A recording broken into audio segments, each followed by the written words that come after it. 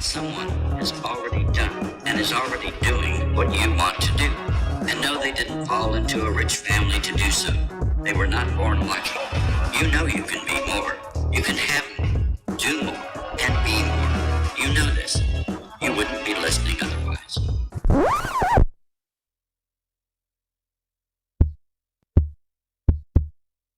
Hey, you guys, and thank you for tuning in to another episode of Millennial Market Talk. I am your host, Mark Jones, and this is the podcast where we aim to inspire and empower, not entitle. And today we are joined by a pretty cool guest, Tim Macy. Tim, how you doing? I like the way you said You pretty like Cool. It wasn't over the top. Well, you weren't overselling it. I wasn't going to drop any F-bombs or anything like that just yet. Pretty cool. I like it. Yeah, man. I'm happy to be here. This is I like the direction that you were taking your show here. I think just cutting through the BS and getting to what really moves the needle in people's lives. Right. I think that's what we're digging into. That's exactly right. So that being said, I'm going to continue a tradition that we started a couple episodes ago. Man. And it ends up being pretty fun. Okay. So it's Millennial Trivia. I didn't sign. What? I know. This wasn't in the 10 email. 10 questions. Here we go. Let's do it. Let's see here. So the first 5 are pretty fun. The last 5 are typically about economical things. Yeah. All right, let's do this. Yeah. Name 2 things that are ironic according to Alanis Morissette in 1996 single hit. It's raining on your wedding day. There you go. There's one. Oh my God. It's something on your cigarette break. Huh? I forget what it is. Some kind of sign. A no smoking sign on your cigarette. Nailed it. Nailed it. All right, okay, very good. Yeah. Let's see here. Invented 36 years ago, this handy invention helped keep the top of the pizza from being smashed. What was it called? The pizza topper thing? She gave me a the little thing that it. looks like a plate? Yeah. You know what it's called? I don't know. Pizza topper? What are we calling it? What is it? It's a pizza saver, package saver, pizza table, pizza ottoman. Yeah, the pizza table. I guess that's what we call it. I got you. There's so many names for it. Yeah. And she was so excited about that one. All right. So number 3, we'll call it 1 for 1. All right. Well, 1 for 2 right now. Yeah. Let's see here. Like me, you probably spent many Friday nights browsing the aisles of Blockbuster. Okay. Today, there's only one remaining Blockbuster left. Mm-hmm. Where's it located? It is in, oh my God, I should know this. I think it's in it's Northwest somewhere. Yeah. You get the state right and you're winning points for me. Is it in Washington State? It's in Oregon. Oregon. That was close enough. Wow, good deal. I knew it was up there. So, well, I know because we're planning the bus trip and all that stuff. And I'm like, oh, we're up there. We should go see that Blockbuster. That's pretty cool. Yeah. All right, let's see here. Although its popularity was short-lived, the iconic car was known for taking Doc and Marty McFly Back to the Future. The DeLorean. The DeLorean. Yeah. I actually have a neighbor who has a full replica DeLorean. I've got a shirt that's got the Mandalorian on it. Yeah. And it's him dressed up like the dude with Baby Yoda and the DeLorean. That's awesome. It's pretty. So, guys, it's a couple of nerds on this episode, so we're going to nerd out. I think that's a millennial trait. There's a lot of undercover nerds that now that we're older, the nerdness comes out and is being embraced more. Embraced and almost celebrated. Yeah. Okay. I'm going to Comic-Con. That's awesome. I see you there. All right, here we go. The Simpsons debut, 1989. It's the longest running animated television series to date.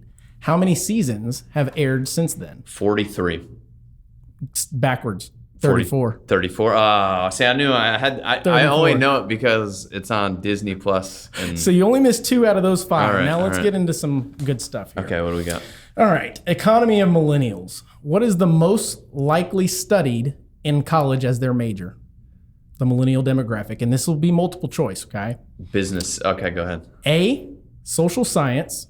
B, business. C, economics. Or D, English. Business. Social science, believe it or Really? not. Yeah, the most studied major. No wonder you fools can't get a job. Like, what the heck? You know? I was mind blown when I read that. All right. What do you got next? All right, here we go. Are millennials more or less inclined to getting married before the age of 34? less. That is correct. Okay. The stats work out to 32% versus in 1960, it was actually 70% of Interesting topic to dive into because Yeah. I was the complete opposite. Touche. Here we go. What would you think the percentage of millennials ages 25 to 34 still live with their parents? 19. That's pretty close. I'm going to give you that 17.8. Oh man, and that's pretty close. That's really close. I was surprised by that, and simply because of the rhetoric that you hear and everything that we get categorized as, that so many are still living with their parents. But that's not that bad, in my opinion. Yeah, but that's like what, 1 in 5? Pretty much? It's 1 in 5. Yeah, that's a lot, dude.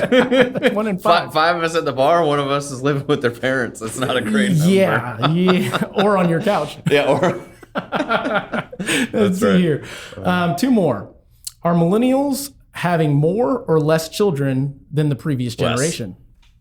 And most would say less. It's actually virtually the same. Interesting. 2.02 versus Generation X is 2.07 and baby boomers is 2.05.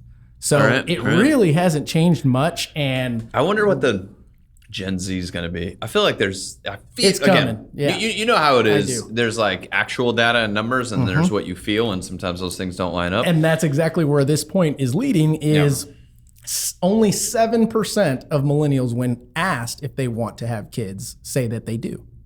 Yeah.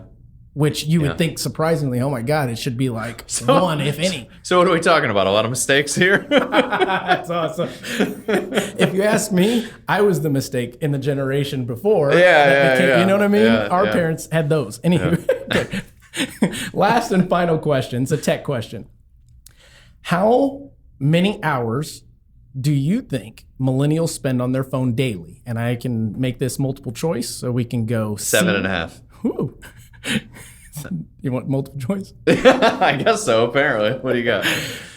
A, 3 hours, B, 3.7 hours, or C, 2.5 hours.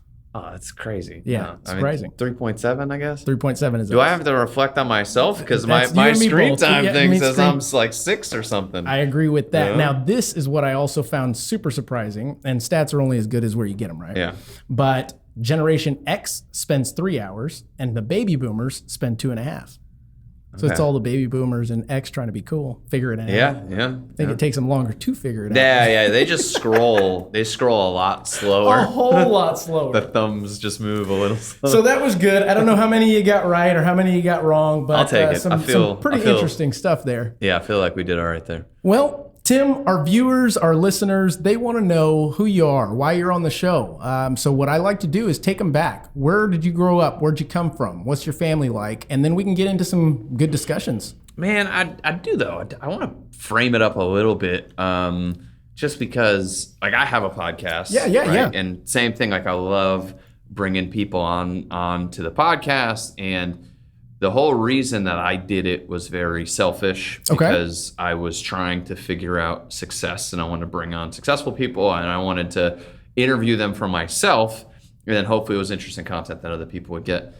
And today, I feel like being on your podcast is the first time I feel comfortable being interviewed as someone that is successful. That's awesome. Yes. Because we've been friends for a couple of years now, and I've always appeared somewhat successful, but I know my balance sheet. I know my P&L. Like I know what my actual personal financial position is. In addition to your own measurement or your own goals. Yeah, exactly. And so, we just closed on a new house. We're going to take like 3-4 months off and go drive around the country off. We're going to be working the whole time. Of course. But, you know what I mean? Yeah. But like, we're doing all this stuff. And when I hit the rewind button and I go back 5 years, I'm like, yeah, this was surpassing the goals that I set out for myself in. And, just in the last 6 months, I feel like I definitely felt that. So this is kind of a fun conversation for me. That's awesome. Because I do feel like, so who I am, it's funny. My neighbor came over and the house we moved out of, and he's just like a real blue collar dude who like helps me out when I can't fix something. I can borrow a tool from him. That type of thing. For sure. And he'll maybe show you how to use it too. Yeah. And And I got this bus parked in the driveway, and I'm working on it. I ended up sending it off to somebody to pay them a bunch of money to fix it up for me. But I'm sitting there. I'm like, yeah, man, we're gonna take a couple months off, and we're gonna go drive around, and we're closing on this new house up there. It's really nice. And he's like, we're friends, like Sure. friends with a neighbor. And he's like, so what do you do? And I'm like, it's a great question. You know what I mean? Touche. I mean, and I would imagine you say that because you wear different hats, similar to like myself. Well, I'm a real estate agent, Yeah, right? absolutely. People know that I'm a real estate agent, and I have this growth leader position at the brokerage I'm at now.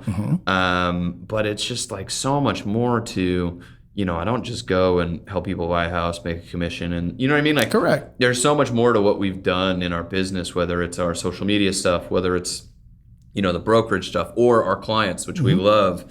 And everything else, like it's so hard to just put a label on. Absolutely. Well, I mean, I would relate it to giving someone an example of there are realtors that work in their business and they close transactions, and then there are realtors that close business, use that money to fuel the other things and other dreams that they may have, because essentially, back to the book, The One Thing, you focus on that one thing that fuels everything else, and all of a sudden you're now working for something bigger than yourself and empowered and able to empower others, and you get more gratification out of helping others and showing them the way versus catching. And then the other thing is too, we're skipping forward, which I like because I like cutting through the stuff. We're ADHD like a son of a gun. But the other thing is too, is so much what I've done in the last couple of years is build this personal brand.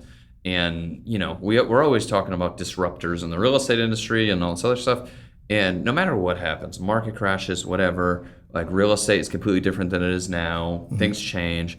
This personal brand that I've built, I gotta take anywhere. I agree. You can turn around and do anything with Yeah, a I great agree, personal 100%. brand. And that's where I think the difference is between just being a real estate agent and it sounds weird. I hate the word like influencer, right? Like No, it just I makes me agree. I agree. Like I don't love some of the connotations that come along with it. But on the same hand, I know that this personal brand that I've built while I was building my realtor business is what is truly pouring gasoline on the fire and making this big thing that our business has become. And so that's what I mean when somebody's like, oh, I'm a realtor? No. And my wife was talking to some of the moms and she had the same thing. She was like, yeah, so they asked me what I do because we're talking about travel, and I told them I'm a real estate agent. They kind of looked at me like I was funny, and I was like, no, like it's more than It's that. more than you know that. what I mean? Absolutely. It's bigger than that, and so that's where it gets interesting. No, and I can relate to that. I mean, when you yourself decide to go all into something, in addition to the skills that you've obtained throughout the process. I mean, some realtors, I'll say it, they'll go through it for just a paycheck versus I'm going to go all in, not just half-ass.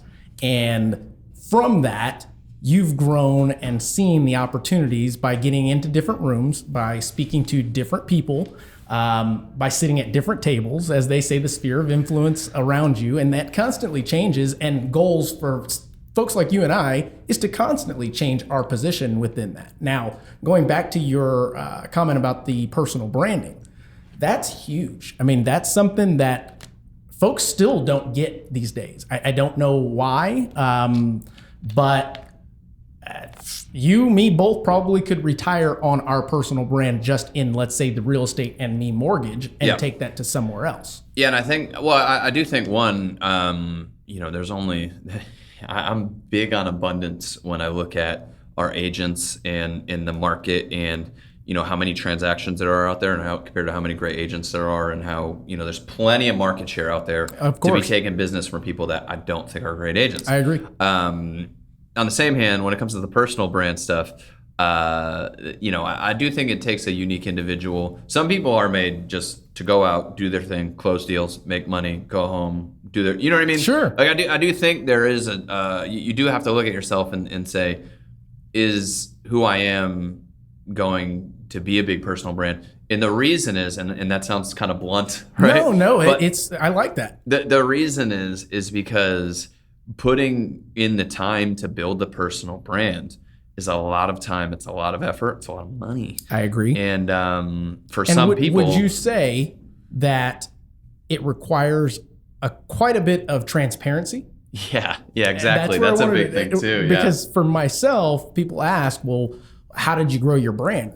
I was myself a lot. Yeah, and some people don't want, like, I mean, I go to these events and there's a bunch of people and they're like, oh my God, how's your daughter? Da, da, da, da. And there's a lot of transparency where people see my family, they see my vulnerabilities, they see all my stuff. That's why they follow me. That's why they get distracted to me. That's why they do business with me.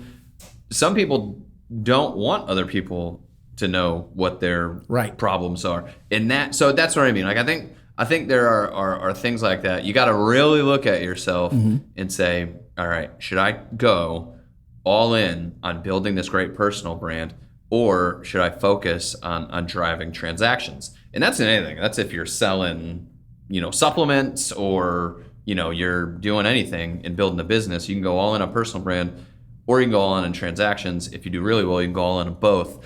But I think that's the big difference. So I do think building your personal brand is important. I do think you should believe in yourself. I think more people have a great personal brand than they realize. I agree. But I do think it is not a small endeavor. Well, that leads me to a segue, not necessarily segue all the way, but I want to go back a little bit to articulate to folks that it doesn't matter your upbringing, things of that nature, or does it, and how it shaped you and your not only ability, but lack of fear, or maybe there was fear in being transparent to build the brand as a means to, not necessarily an end, but as a means to a means. So I know that's a good way to put it. So one, I mean, like I grew up with a lot of positives that set me out to get where I'm at today. None of those were really financial. Like there was no trust fund, there was no inheritance. You know what I mean? Absolutely. I mean, some of it was though. I did have parents that, hey, like, if I needed a place to go, there was there. You know what I mean? Absolutely. So there was some.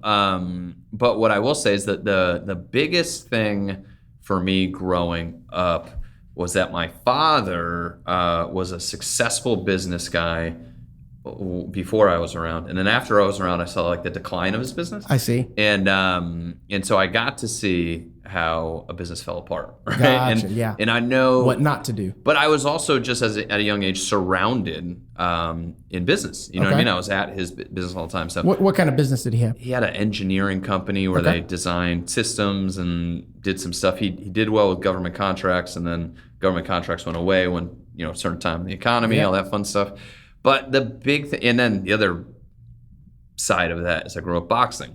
Okay. And so discipline. Well, it's interesting. I talk about it now that I go to the boxing gym down here too.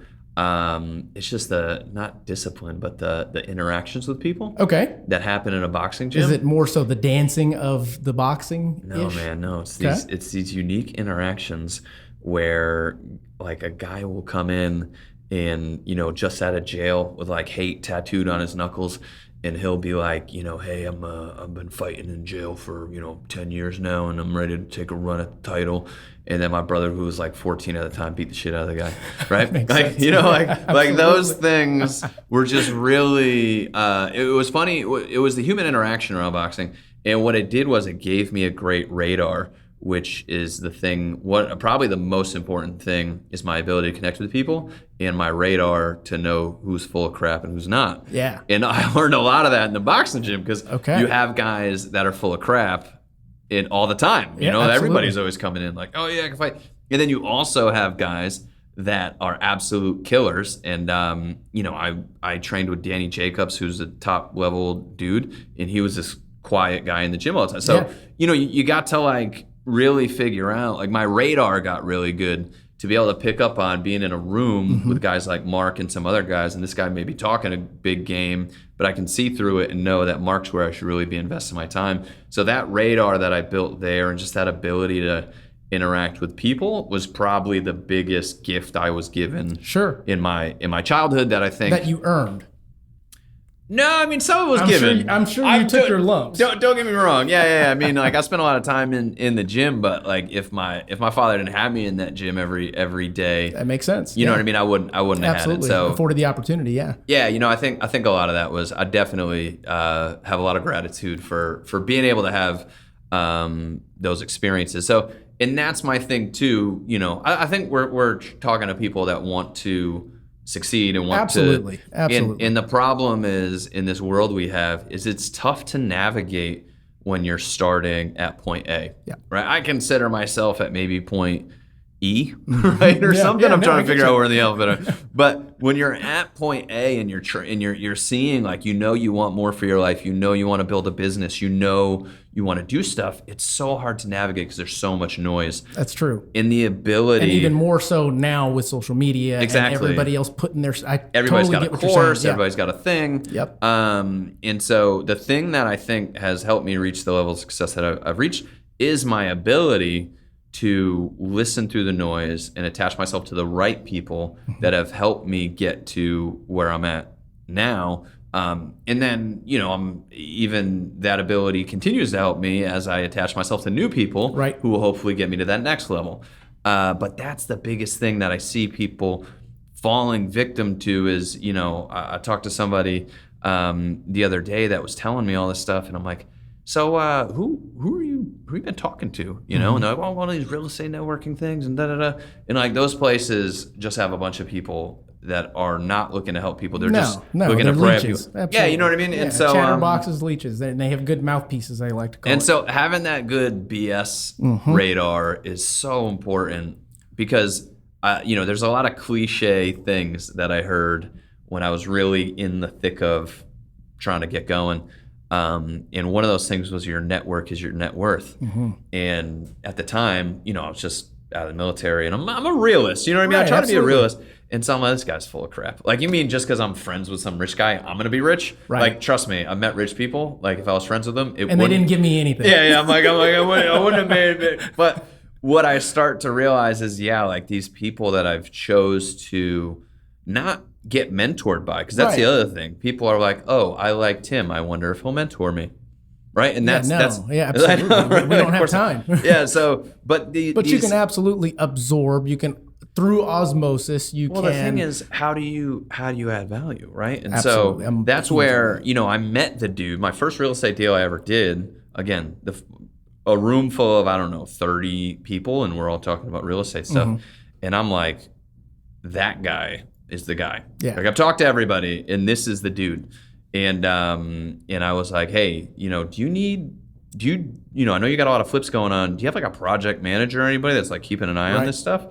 And he's like, man, it's been on the list and da da da da. And I'm like, look, how about you give me the listings when you're done, and I'll go just check on your projects for you every week. Like, would that work? And it wasn't like a long-term thing. I didn't work with a dude for too long. But when I found a deal, I brought it to him. He bought it. That's how I made my first dollar in real estate. I wasn't like, hey, do you have time to get coffee? Right. Can I take your time? It was like, no, man, look, I see you got this business. I think I'm a pretty capable human being. How can I help you out? Like, how can I work with you? And obviously, that's the other thing is people will come up and be like, hey, Tim, I'd like to add value. I listen to your podcast. I'd like to add value to your business. How can I help you? Like, yeah, man, good luck. I don't know. But I came in with specifics. I was like, hey, it seems like you need some help on the project management side. That's something I'd love to help you out with. And I had a proposition. You know what I mean? Like I had absolutely something in mind strategic. There's two things that I want to frame real quickly. The first thing, and it's huge, and I've found very common in most of my guests, is that innate ability to smell out bullshit. Truly. Yeah. And my question, and then we'll go into the next, is do you believe that is something innate in someone, or that is something that is acquired through experience? And it honestly doesn't matter what type of experience, just experience. Yeah, I think it's a little bit of both, and I think it's more the experience. Now, I went back to I like self-awareness is a big thing for me. So like I realized like, okay, I have this. Where did that come from? Came from when I was a kid. Came from the boxing gym. That's mostly where it came from. So I don't think I was born with it. I learned it through that experience. On the same hand, though, I'm learning every day I from agree. dealing with people. I You know what I agree. mean? And I agree with that concept as well. I never stop learning. Like, man, I can't believe that guy burned me. Like, and then I start thinking back, well, you know what? He did say that. I did. You know, it's like I got these guys that are always complaining to me about dealing with contractors, and I suck at dealing with contractors, man. Like, I'm always learning how to be better at dealing But with that's the thing contractors. is you are learning, and that leads me to my Always. second thing, because I mean it was perfect transition on your answer, but the willingness that you showed in order to grab the bull by the horns or take a risk in even asking that, hey, I see a value add. I'd like to inject myself in it, regardless of how much I'm getting paid. I want to learn through way of that.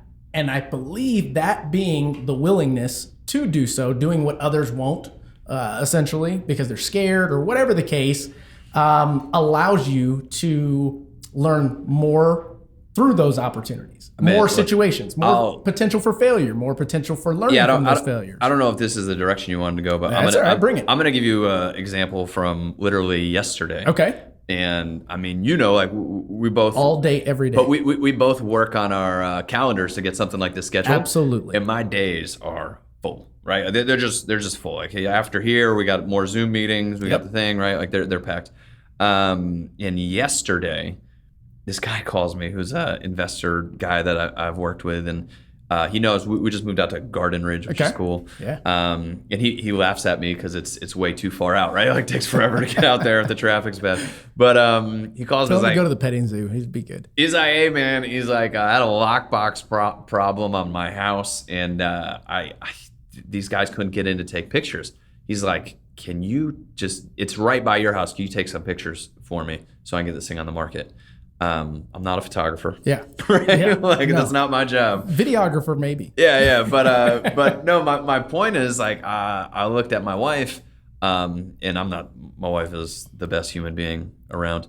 But I looked at her and I'm like, hey, I'm going to go take pictures of this house for, our guy here. We're not listing the house. He already has an agent that's like in his office. We're not doing it. I'm just doing him a favor. And she's like, what are you kidding me? Why? She's like, are you kidding me? Like, you see all this crap we have to do. You're just going to go take for free for nothing? And I'm like, yeah, it's just how we roll. Like, we have like opportunities come up where we can help people, and we do it. And so I did. I went over there. I took some pictures. I sent them over to him. Also sent those pictures over to one of our buyers who's been looking on the market for 3-4 months now and has submitted 30 offers and hasn't gotten one. And so I sent them over there. They're interested in it. I hit my guy back. I'm like, hey man, you put it on the market Friday, but I'd love to make you an offer today. He's like, of course. Boom. You know what I mean? Boom. And it's like, so that's the biggest thing. I think a lot of people, and it's tough when you're broke, man. Like, I agree. Listen, I agree. Yeah. I made on our first tax return, first year out of the military, first year full-time real estate, we had like $14,000 in income on our tax return, right? So I've been there. Like, I've been broke. And the thing is, you get in this mode of, I'm doing work, I get paid. I do work, I get paid. And the rat race.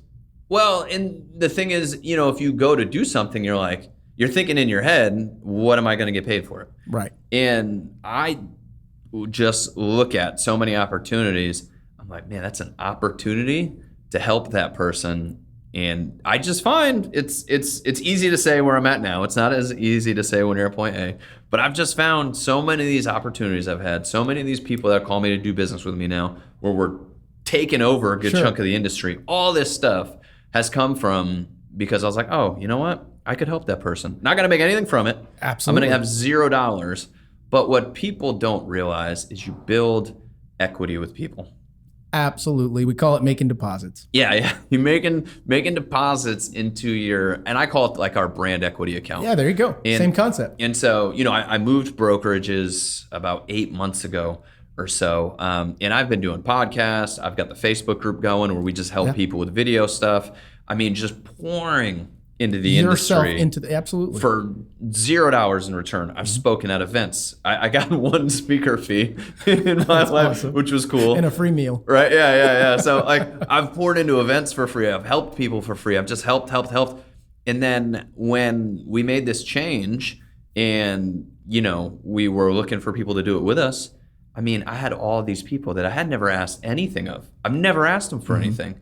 And now I'm like, hey, I've got this thing. Would you be interested in doing it with me? So many, I'm like, God, I've been waiting for the opportunity to do anything with you because you're so helpful and I respect you and all that other stuff. And so, that is the thing that I think people, it's tough to wrap your head around. But even starting out, again, it was like, who can I help that is worth a relationship worth investing in, And so, like I said, it was that guy at the meeting. I was like, okay, found him a deal, brought him a deal. He sent me a couple of listings. Some of those listings, got me the next buyers, got me the next thing, and then the next thing got me the next thing.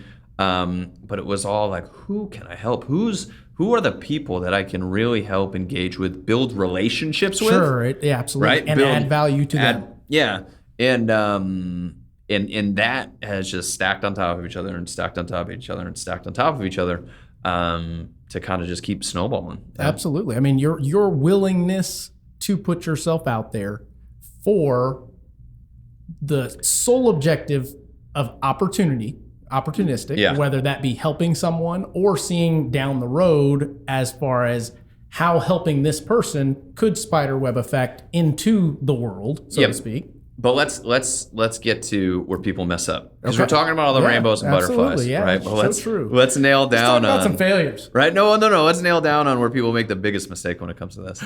It's like, one, you can sell anything, right? I'm selling mortgages, I'm selling houses, and that's where guys like us work together, and you could sell anything. But the thing is, you're like, oh, how can I add value? How can I do this stuff?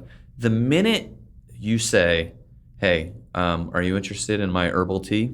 Right? Like the minute you go to selling, it's done. It's like, oh, you weren't actually trying to build a relationship with me. You weren't actually trying to do this. You're just trying to sell me some tea. Right.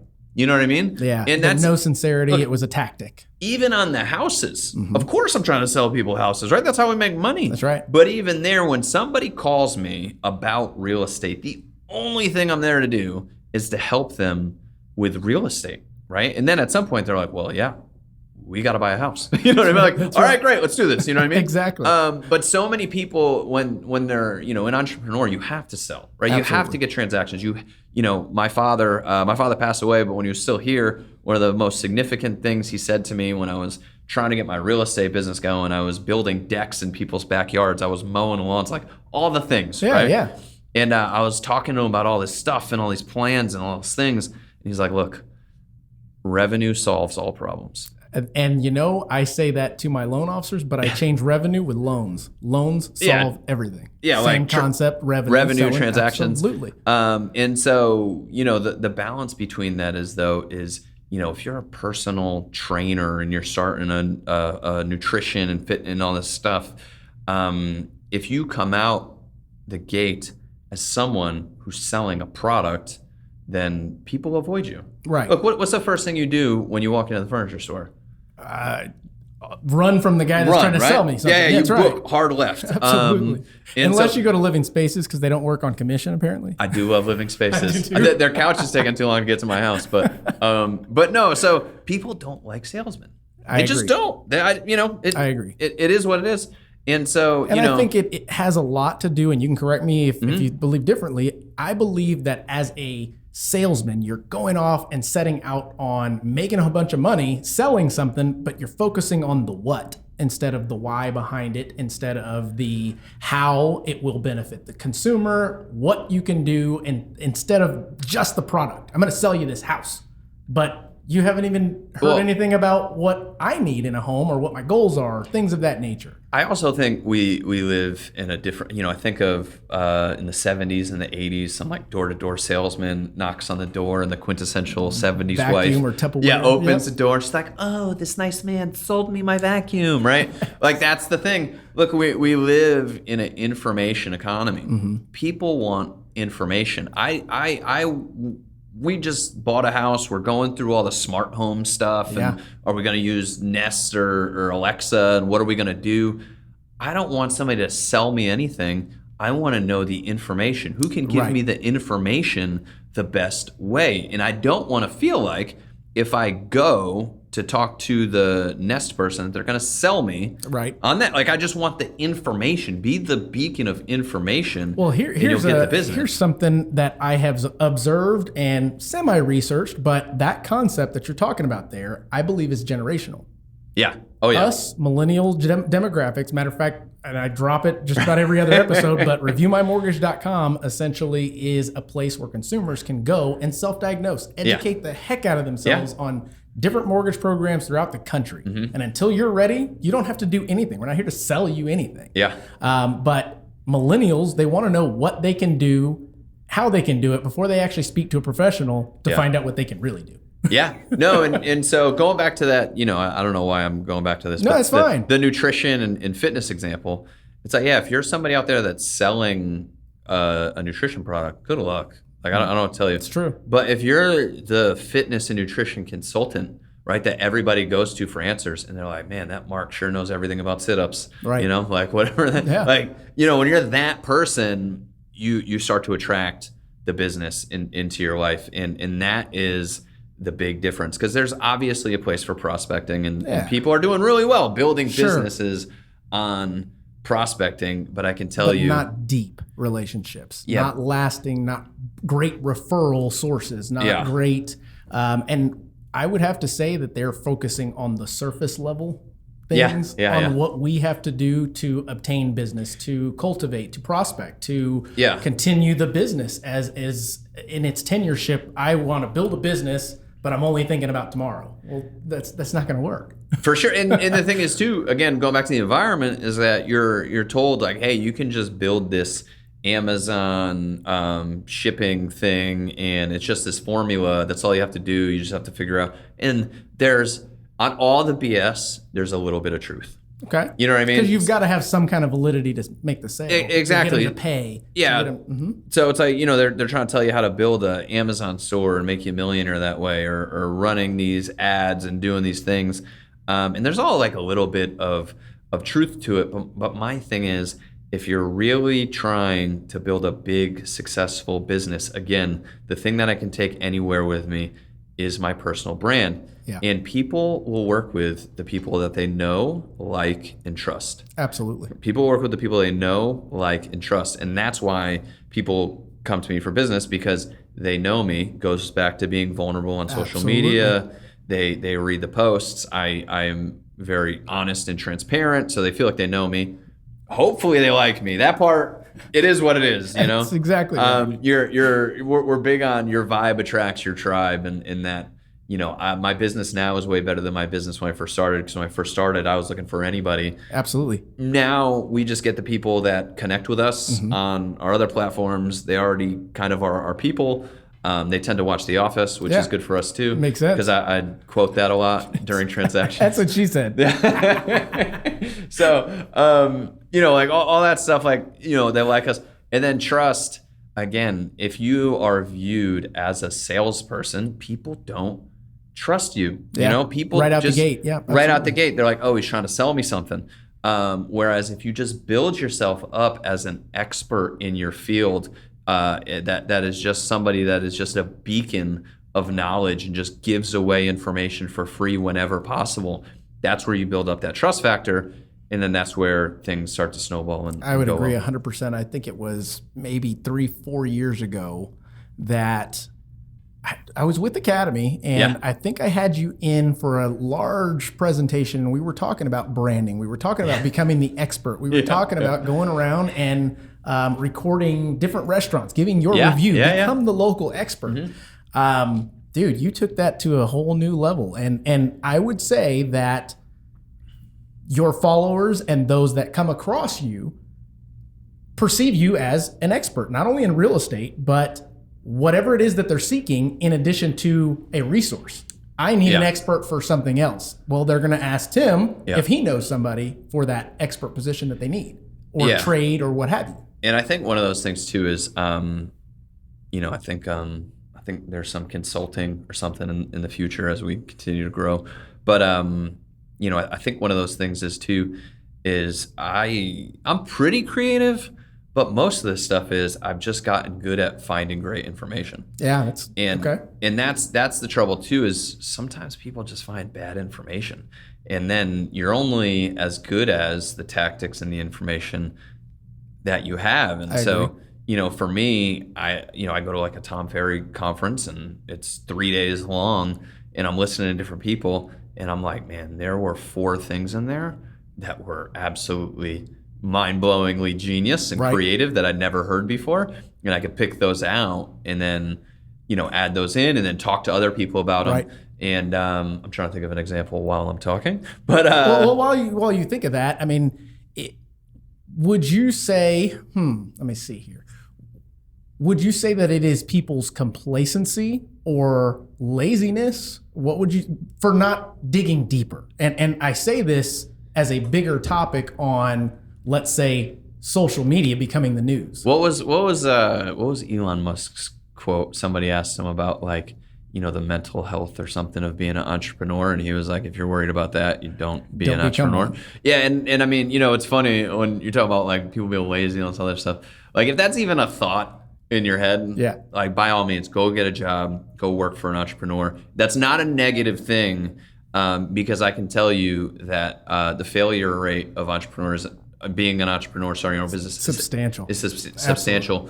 And nobody wants to go work at a job because it's depressing and because it's all this other stuff. And I don't mean to say it like that and discount people's feelings. You're right. But I can tell you what, failing in a business is a lot more depressing than working a decent job. Absolutely. It just is. Absolutely. And so for people that are even like hinting at the fact that all this stuff sounds like it may be too much work or whatnot, like by all means, fine. And this too, I think goes a long way too, but go work for somebody that you really like and respect. Like don't worry as much about the paycheck. Like figure out, man, I love to work for that guy because I think he runs a great business.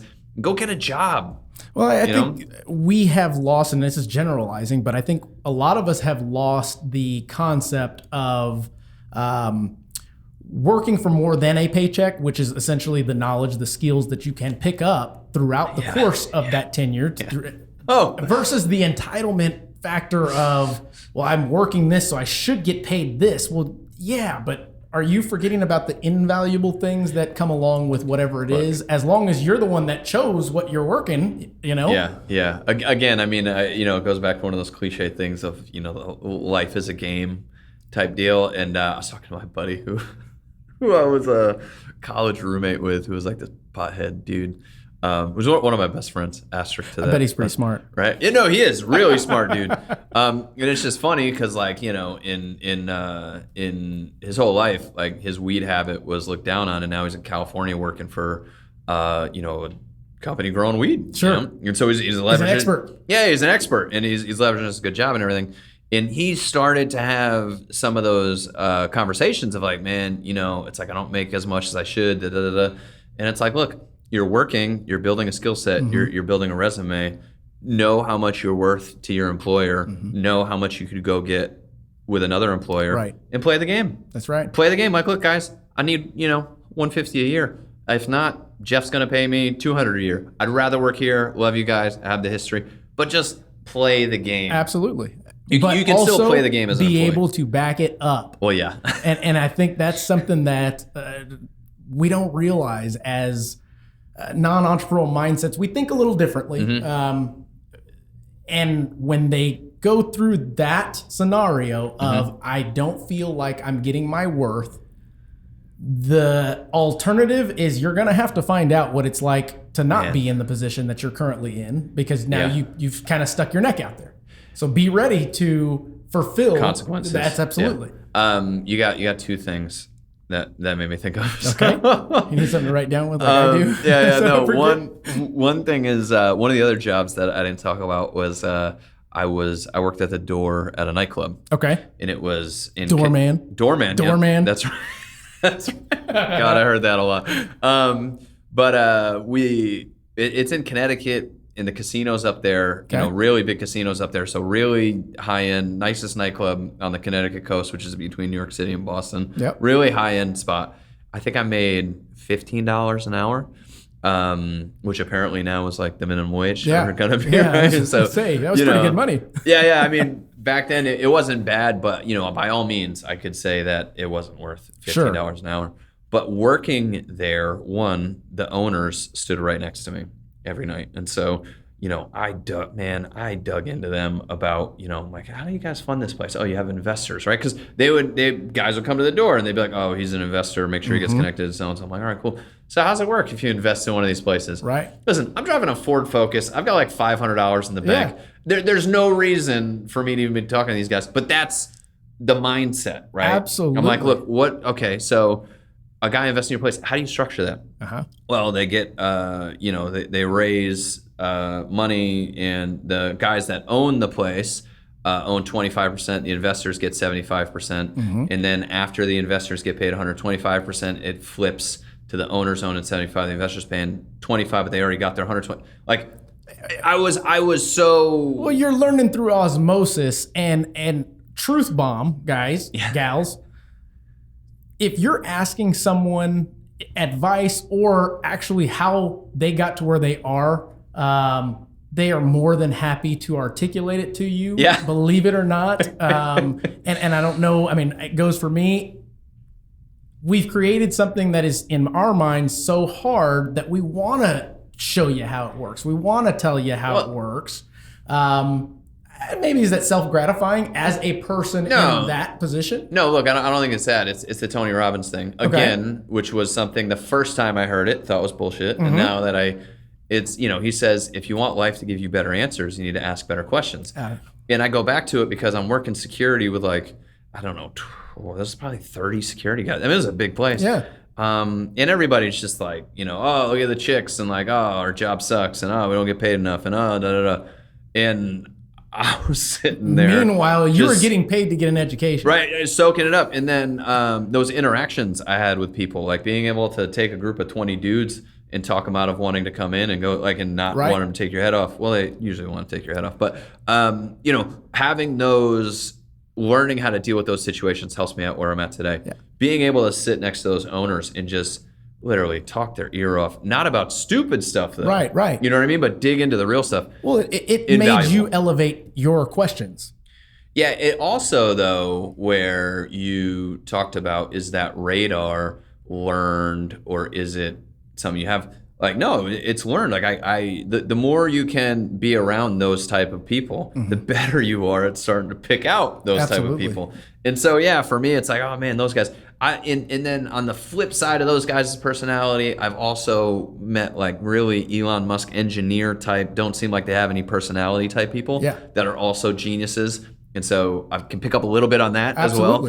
But yeah, I mean, just look, you're in a situation, right? If you got a job and you don't like it and you're just paying the bills, I can almost guarantee you there's somebody at that job you can learn from. There's gotta be somebody, something, there's some value in that job that you have. I was pushing a lawnmower for a property management company at rental homes looking like, listen, I'm mowing the lawn right now for a real estate investor, and one day I'm gonna be the dude. And that was my entrance into real estate, was mowing lawns for a property management company. Makes perfect sense. You know what I mean? Absolutely. And I was never mad about it. No, and it goes to my concept that I brought out a couple episodes ago, which is never ask someone who tried. If you're asking advice from somebody who tried versus somebody that's actually done it or is doing it, you're going to get completely different responses and answers. The folks that tried and did not succeed are going to give you every reason as to why they didn't. Whereas the person that is doing or has succeeded is going to tell you what they went through to get there. My only caveat to that is I you know me, I like talking to everybody. Bring it. But if I do talk to somebody that tried and failed, you got to wade through, obviously, whatever they talk about, but be able to hear their story. Sure. Right? And getting people to tell their story is a superpower that will help you out a lot if you can get good at getting people to tell you their story. But if I listen to somebody that did try and fail and I listen to their story. I have to rephrase that to somebody who tried, because essentially the person that succeeded or is doing, they're failing daily. But I mean, I think if you take somebody that tried, you can start to pick out like, oh, you know what? I know they said that this is why they didn't, but it's probably this. Okay. And then, you start to build that like learning from other people's mistakes. Yeah. I went from doorman to manager, and I remember talking to one of the head dudes. I was like, man, why is that dude a manager? And he's like, look, you're going to learn a lot from how to manage from that guy. And I'm like, that guy sucks. Yeah. He's like, yeah, but you're going to learn what not to do. Sure. Absolutely. And so, I think there is, again, if you're really in that learning mindset, you can learn from the people that tried, but make sure you're learning and only dissecting like what stopped them, not the excuses, but what you think actually stopped them from taking off. I hate generalizing, but I want to run this by you. Yeah. Folks that have tried did not succeed or did not continue. They tried, they failed, and that was that. That's what I call it. Folks that tried. Do you believe that there would become a common trade or a common trait that they all carry, which is not overcoming failure? Man. Giving up. I mean, maybe it could be a sense of that's not really what I wanted. No, I think... Do you get where I'm going with that? Yeah, no, I do. I think that there's so many ways to do life. Yeah, I agree. You know what I mean? I agree 100%. And too many times, I think we have our mindset on this is what I want for my life. Right. When really it's like, look, just go in the right direction and enjoy the ride. I right? agree. Like don't get too caught up on this is where I should go. And the reason I say that is because I mean, if I talk to people getting their real estate license or thinking about getting their real estate license, I talk people out of getting their real estate license all the time. And it's not necessarily that they don't have the drive or they don't have the thing. Some things just aren't a good fit for people. I agree. And there's a lot of times people, because of social media and because of this other stuff, get in their mind of like, man, you know what? I could do that. I could be that guy. I'm going to go do that. And it's not for them. Right. You know what I mean? And so because so-and-so did it, I can do it. Yeah. Look, trust me.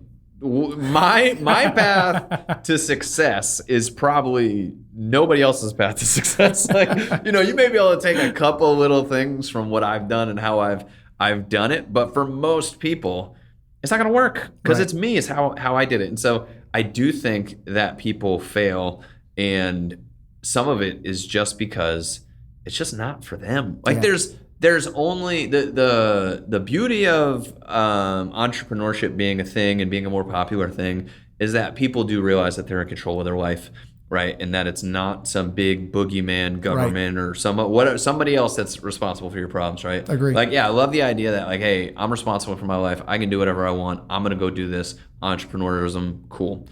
The negative to it though is that it's just a certain DNA type. Yeah. There's just a certain thing in your DNA that makes you cut of the cloth. You know what I mean? I do, yeah. And there's nothing, and the thing is too, I had a buddy of mine who was a client, and he's like the youngest COO of a hospital like ever. I don't know. He's running a hospital, and he's like, yeah, man, I just I got to buy more investment properties and dive into the real estate game. I'm like, what are you talking about, man? Yeah. I'm like, no, you're in what you're killing it. Yeah, you're crushing it. Like, don't get distracted. Like, you got to find what your thing is. And if you try at something and you fail, it may be because you were lazy. It may be because, you know what I mean, you can do better. And you may have to adapt and go at it again. But it may just not be for you. Like I said, there's a lot of great jobs out there. You're right. I mean, so I went out to Facebook headquarters.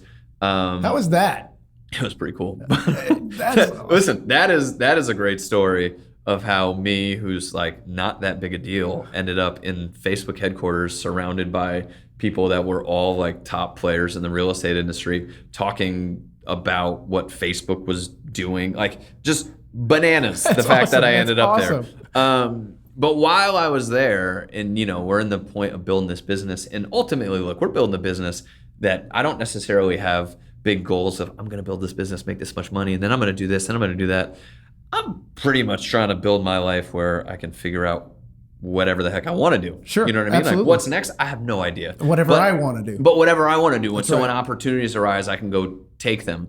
And one of the things when I was out there, I was like, yeah, I would do this. Like if I was going to get a job, I would come get a job at Facebook, and I wouldn't care what it paid me. Like That's I don't, awesome. you know what I mean? It wouldn't be what it would be, but it's just like wow, Culture, atmosphere, free impact, flow, absolutely. Like say what you want about Facebook. The fact is, every single person. You know you're what I mean? exactly right. So it's like, I agree. You make 100%. change to this, you make a change on everything. And so all that to say, there are just some amazing jobs out there people can go after too. And that's all, man. Just don't get like caught up on.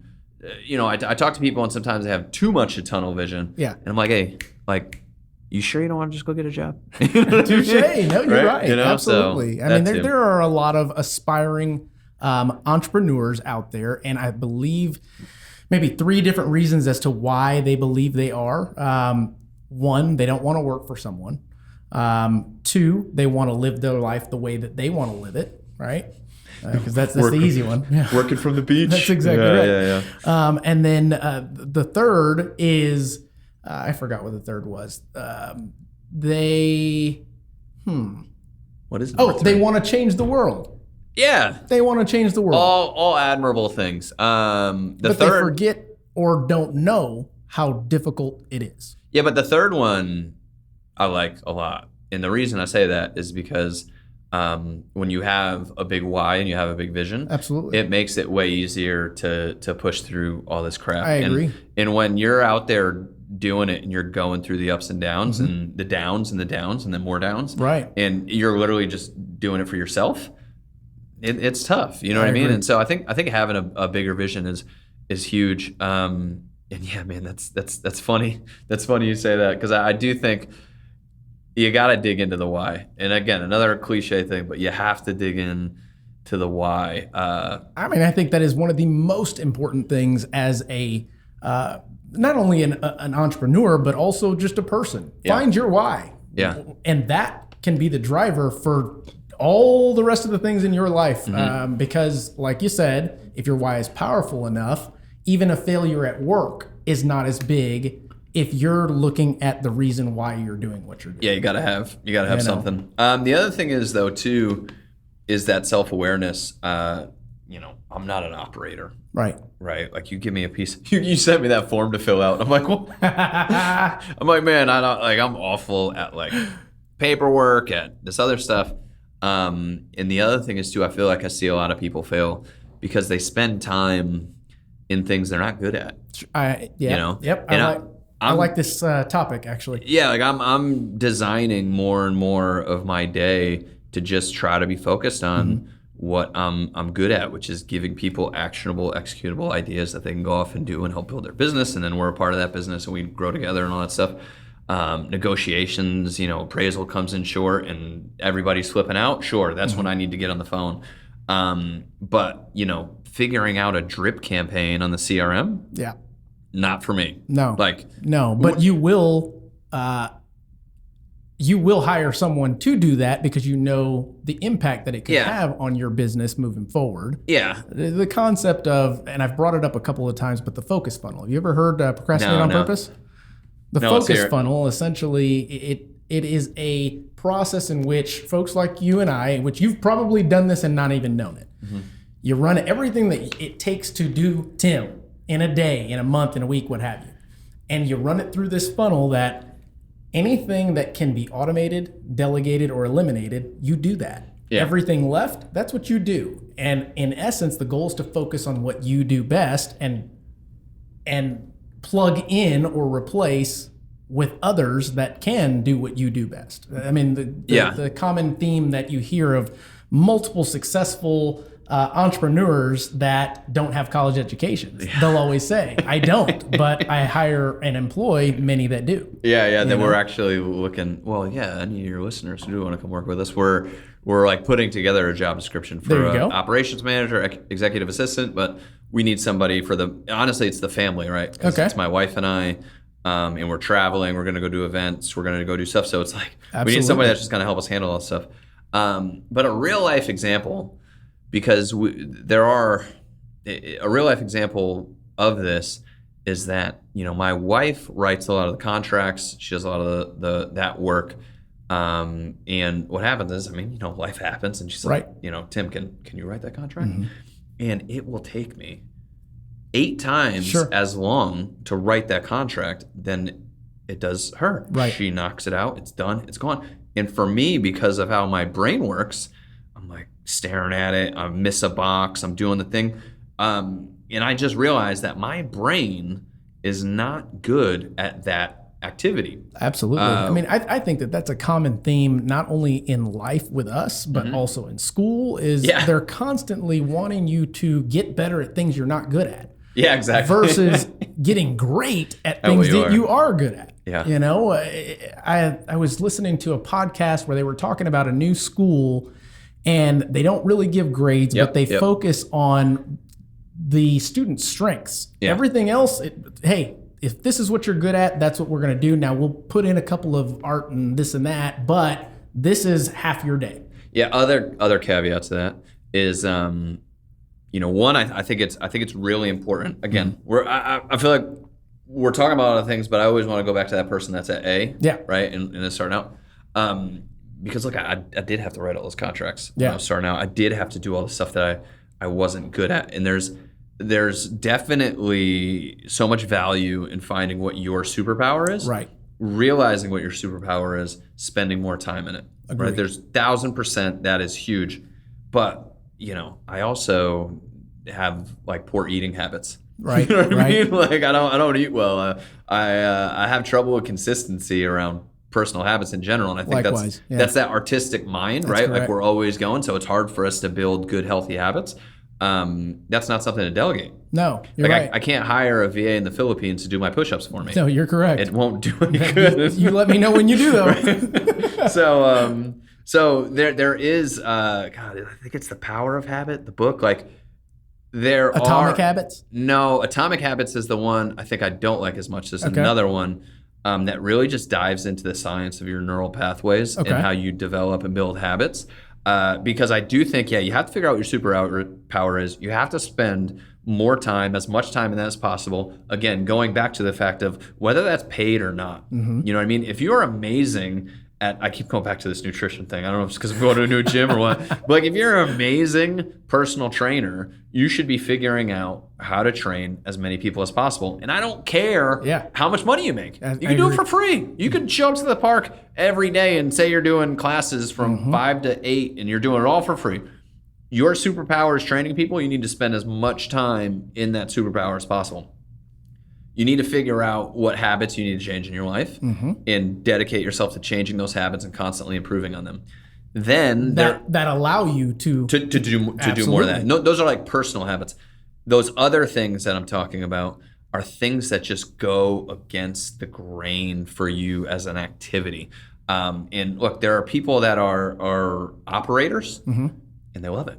Yeah. You know what I mean? And they love doing that stuff. And I'm like, hey, let's brainstorm an idea. And they're like, no, just tell me what to do. You know what I mean? Yep. And so there's those different kinds of people, and you have to figure out who you are and figure out how to stay in that lane. But my only thing that I don't like about it is, just eliminate all the things. Like, no, there are things in life that you do just have to get better at. Well, they don't want to. Nobody wants to, right? I think that can be related to you as a realtor. You had to know what it was to do every bit and piece of being a realtor. Yeah. Me as a lender, I had to know the ins and outs, and daily we are still constantly educating ourselves on the new changes, the new better ways to do things. Yeah. But as mentioned, I'm not digging in loans all day. You're not writing contracts all day. Yeah. But we're making it rain.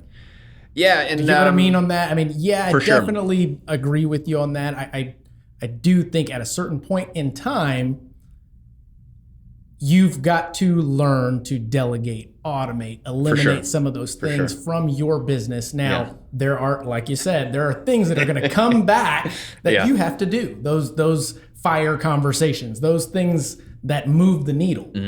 You can't ask your wife to go out and move the needle the way you do, because only you move the needle the way you do. She's the odometer. There she like keeps the whole thing together. That's right. Slow down. That's right. No, I think Mine too. Keeps me grounded. The other thing though, I have to hit on just because I'm hoping. The other thing, you do these podcasts and you don't know if thousands of people are going to listen. Sure, you never know. But if there's one person that's like been in this podcast and is speaking to them. One of the biggest things is figuring out what your whole life is. Okay. Because people attach so much to success that they don't realize isn't gonna fill voids for them in their life.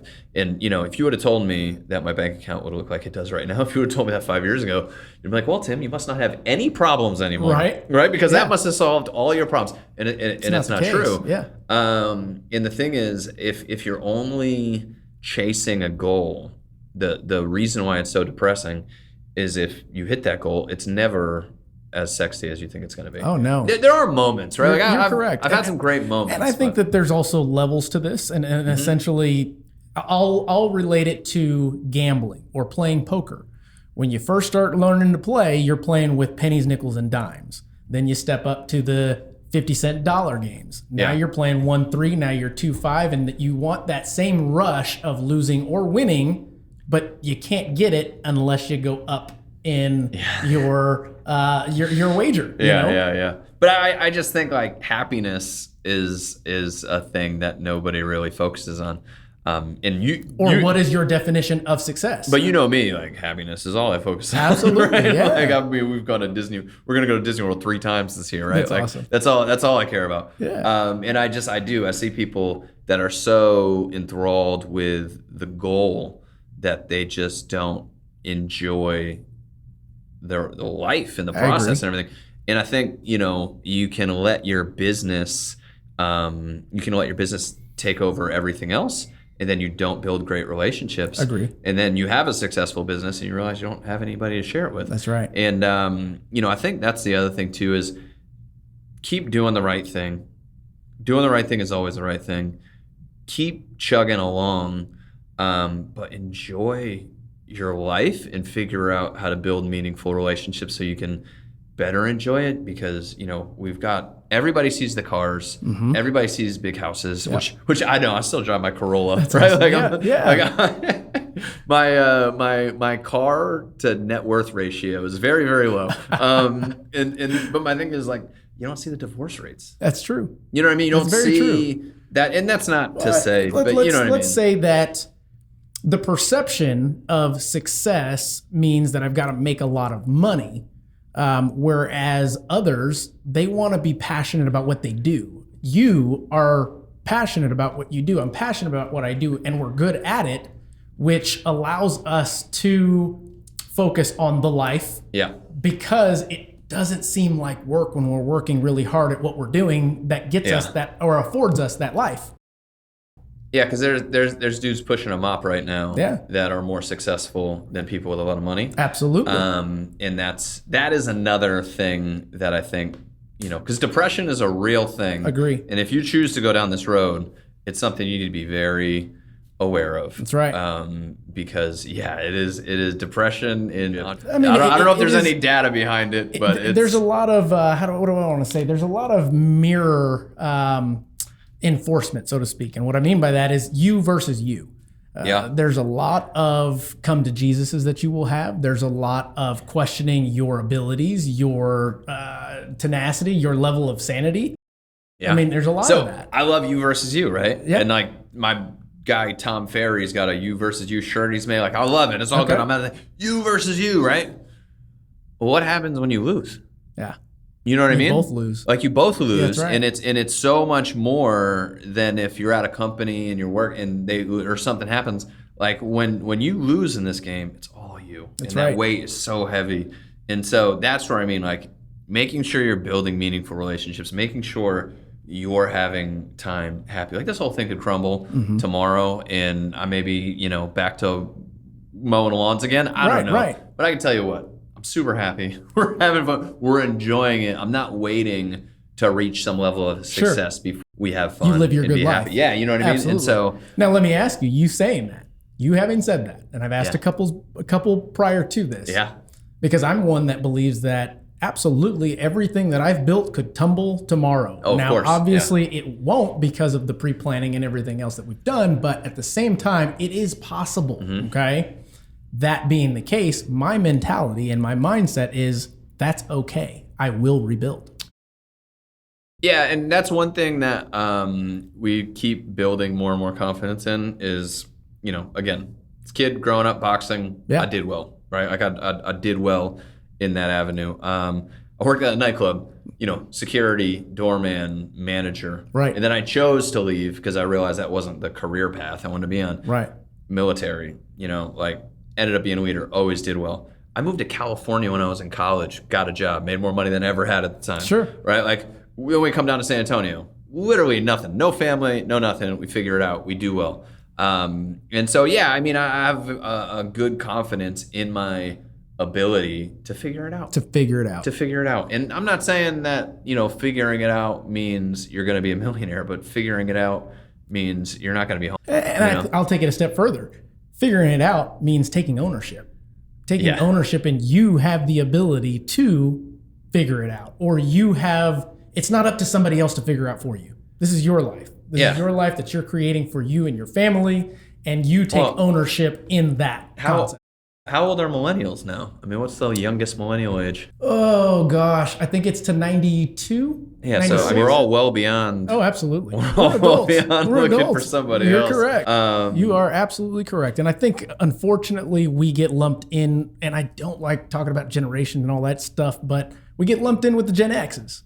Or no, what are the new ones? Gen Zs. Yeah. I can see some changes coming along. Coming in way of not necessarily entitlements, but ease of access, ease of lifestyle. You're not seeing as many people kids playing outside anymore. Well, yeah. Whereas I was just having a conversation with my operations manager, and we were talking about how Nintendo and all that stuff came out when we were kids. Dude, we played it for like a week, and then we were like, okay, well, let's go outside. When I was a kid, I knew where my friends were based on whose house the bikes were in front of. Same here in the cul-de-sac, baby. No, but I think what you're talking about, if everything falls apart, is a good thing to talk about, because I think it goes back to what I was saying, which is, look, if everything does fall apart, and all I've been doing is building this thing and it fell apart, and when it falls apart, that's all I have. Absolutely. Then yeah, it's awful. I can't imagine that. Absolutely. Where if I have everything falls apart, it's like, you know what? I got this family, we're happy, we're grateful for everything. I've got this personal brand, right? You know what I mean? Touché. I have all this stuff that's intangible. Yep. That if all the tangible goes away, that has value. Yeah, it has value. And I can tell you what, literally the dollar signs in the bank have no longer. No, I got, not to get weird, but inflation. Look, no shit. If I got hit by a car tomorrow, what are those dollars? They do absolutely nothing. They're nothing. So that's that. I don't know what you get from that, but that's my big thing is not building things beyond you that aren't material. Yeah. Because man, we live in a crazy world. Who the heck knows what's going to happen in the next 5 years? Touché. Well, this has been an absolute pleasure having you on. We're about at our time. Yeah. Yeah. I can't wait to see the text message I got. You and me both. Anything else you want to wrap up with? Anything you want to tell our listeners, viewers, that they should know? One, be a realist. Okay. Be an optimistic realist. I like that. Right? It's great to be optimistic, but be a realist, be self-aware. That's the biggest attribute that I look for. Mm-hmm. I want somebody that knows that anything is possible and they go take over the world, but I don't want somebody that is blurry-eyed and just, in self-awareness and working through it, because you change. Absolutely. Trust me, the two kids that got married 11 years ago are not the same two kids that we are today, right? We're completely different people, and embrace the growth, embrace change, because so many, it's it's changed. It's it's great. It's a new chapter. I agree. It's a new thing in life. So yeah, and then if you want to find me, hit me on the there gram. You go. Instagram, YouTube, the Tim Macy Show. You got it all. Guys, again, thank you for listening. Thanks for tuning in. If you feel like you got something from this podcast, please share it with somebody. Don't forget to like, subscribe, and follow. See you on the next one.